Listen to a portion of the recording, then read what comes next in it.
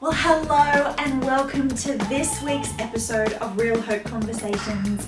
I'm your host, Abby McFarlane, and I am so thrilled that you are here for this conversation about spiritual disciplines because it is a topic that I don't think about a lot in my Christian walk, but it's one that I think we need to be really intentional about. And I'm so thankful that I'm being joined by David Barker to really dive deeply into this topic of spiritual disciplines. Thanks so much for being with me, David. Delighted, Abby. Thank you. Thanks for having me.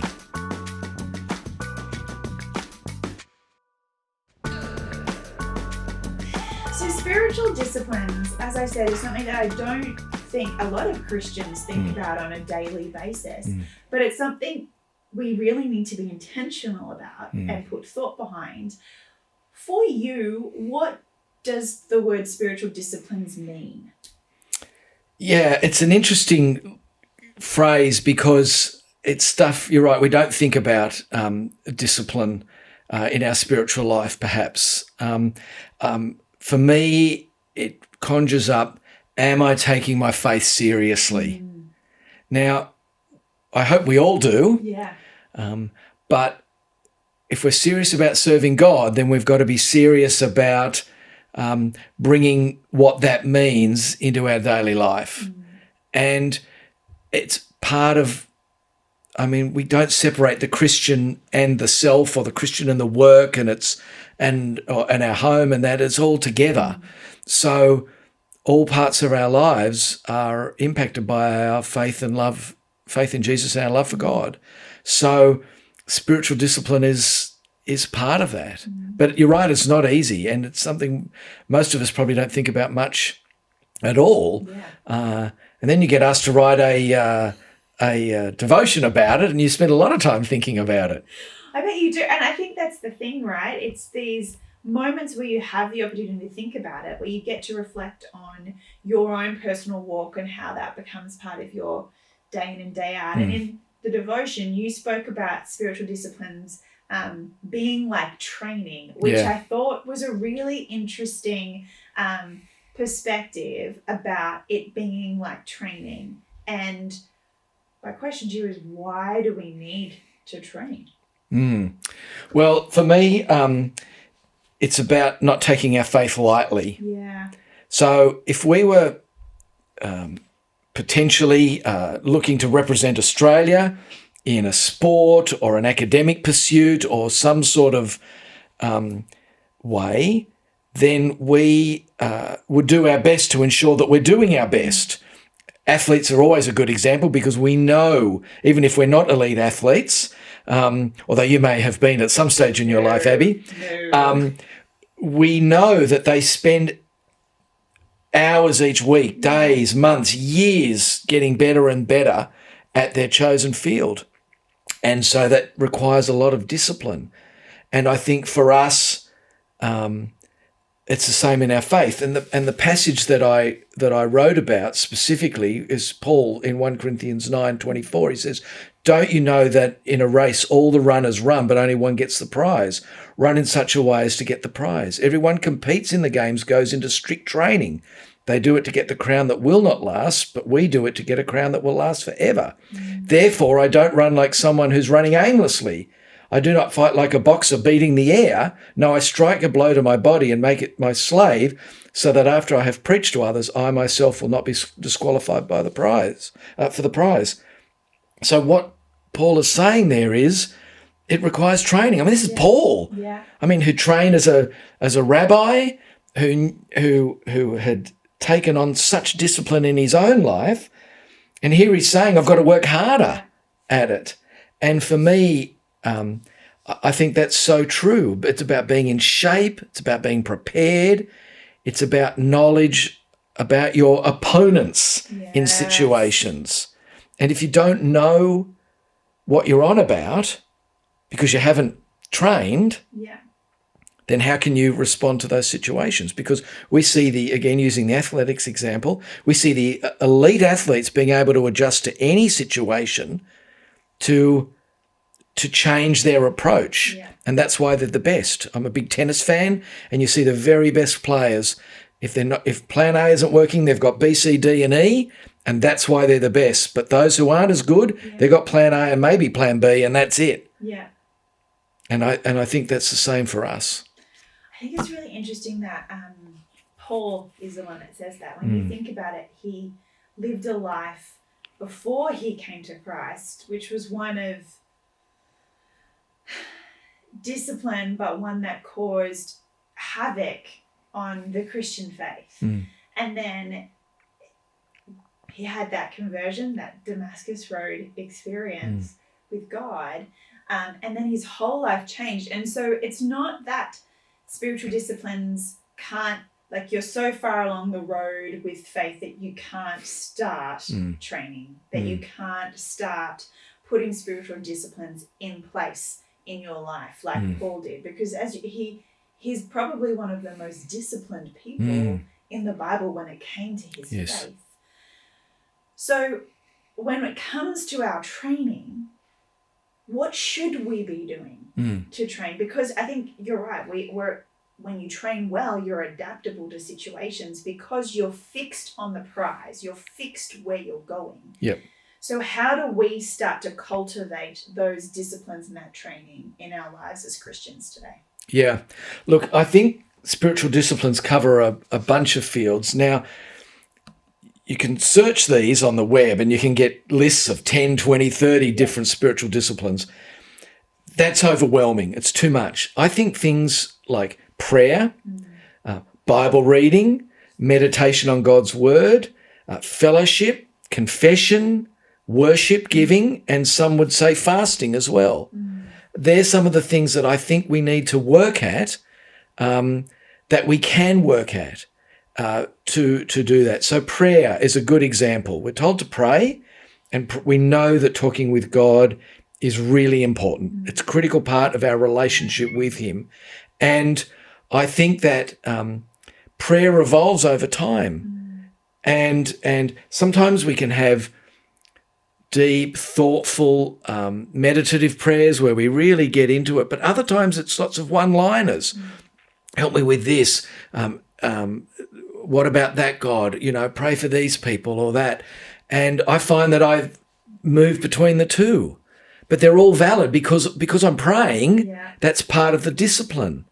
It's the same about fellowship. It's easy to get out of fellowship. Particularly we've had the pandemic and we've not been able to get to church and be with people. It's easy to stay out of church. But we need to work hard at that. And there's two examples, but I mean, we can go into more of that. I think as you're talking, I keep thinking about spiritual disciplines as a daily habit, because that list, I think about that list and I go, okay, so I've got to do this, and I've got to do that, and I've got to do this, and I've got to do that, and how am I going to fit that all in? Like, life's crazy.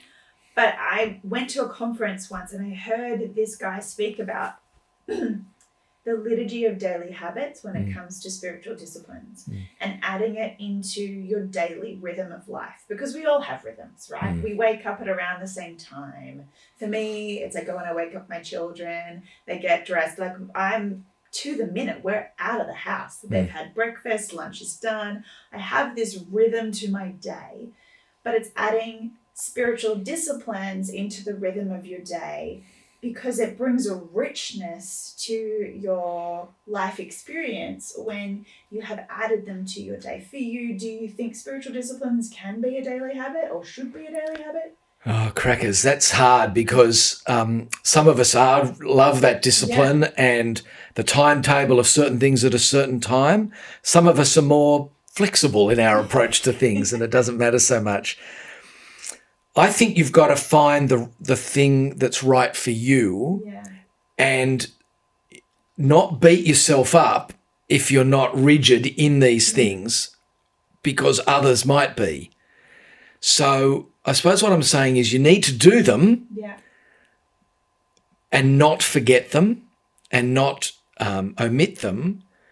But can you do them all the time every day? Some people will say, yes, I do, and I do this, this, and this. I admire that hugely, and you can learn from those people. But other people say, no, I want to concentrate on this or I'm working on that. But we need to work on something. We can't just put it aside because it's too hard. Yeah.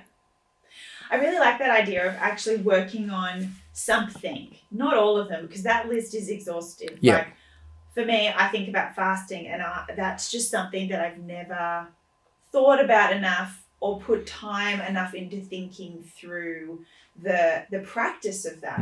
But I have friends who fast on a regular basis. My grandmother regularly fasts when she's going into prayer for something. And I see the impact of that discipline on their lives. And it amazes me, but I haven't put thought into that yet. And maybe that's something that I really need to focus on, is thinking about the practice of fasting and how that can become a spiritual discipline in my life. But some people may be lacking in prayer, that discipline of prayerfully coming towards God on a daily basis or a weekly basis. Maybe something that's lacking and they need to focus on. I think you're right, taking something and working on something, because if you're not, as you said, you can start running aimlessly. Yeah, that's correct. And Paul's saying he's keeping his eyes on the prize. Yeah. And so he knows what he's aiming towards. And I think that's important, because prayer and Bible reading, getting together, worship, confession, they're things that we can do at any time. At any time. And I think that's important. You say, I've got time now. You know, you might have half an hour.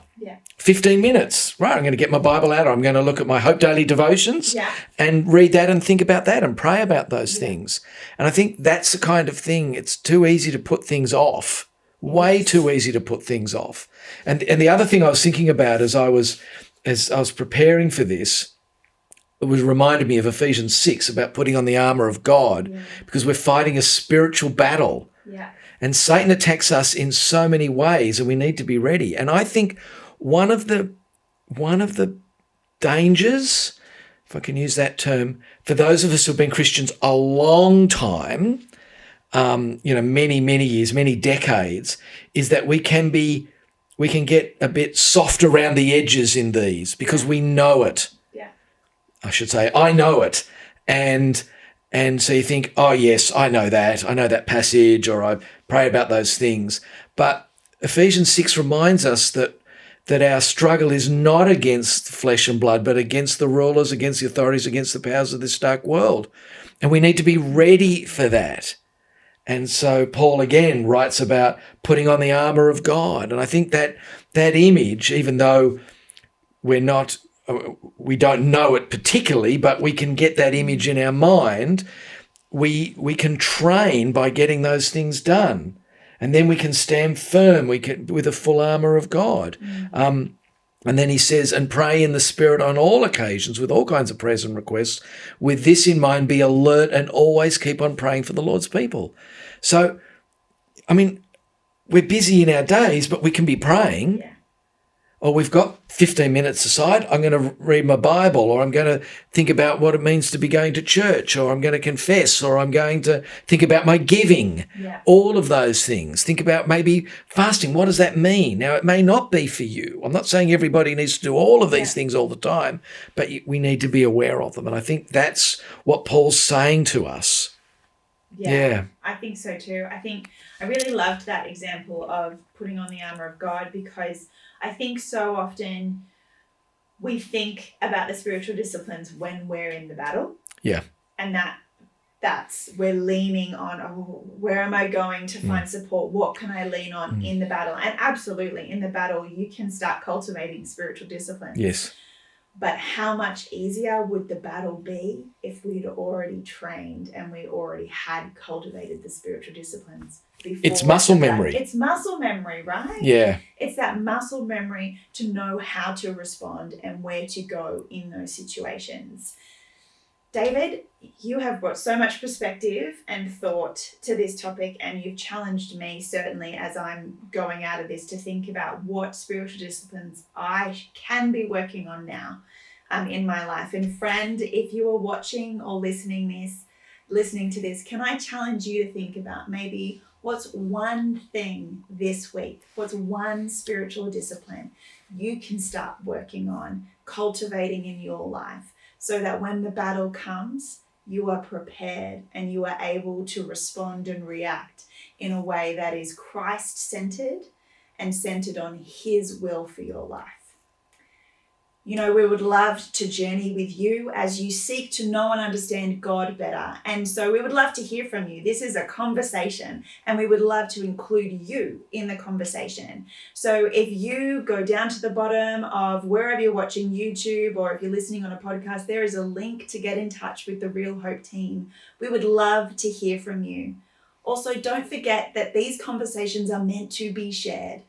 They're meant to engage with you and your friends and your family, to cultivate fellowship with one another as we discuss these topics. So please feel free to share this episode with your friends and your family, and maybe have a discussion with them about their walk with spiritual disciplines in their life. But as always, know that you are not alone in this journey, that we are walking with you together as we seek to know and understand our amazing Heavenly Father better, but also as we seek to give experiences of God's love to those people who are around us. Well, I look forward to seeing you here next week for the next edition of Real Hope Conversations. Have a great week.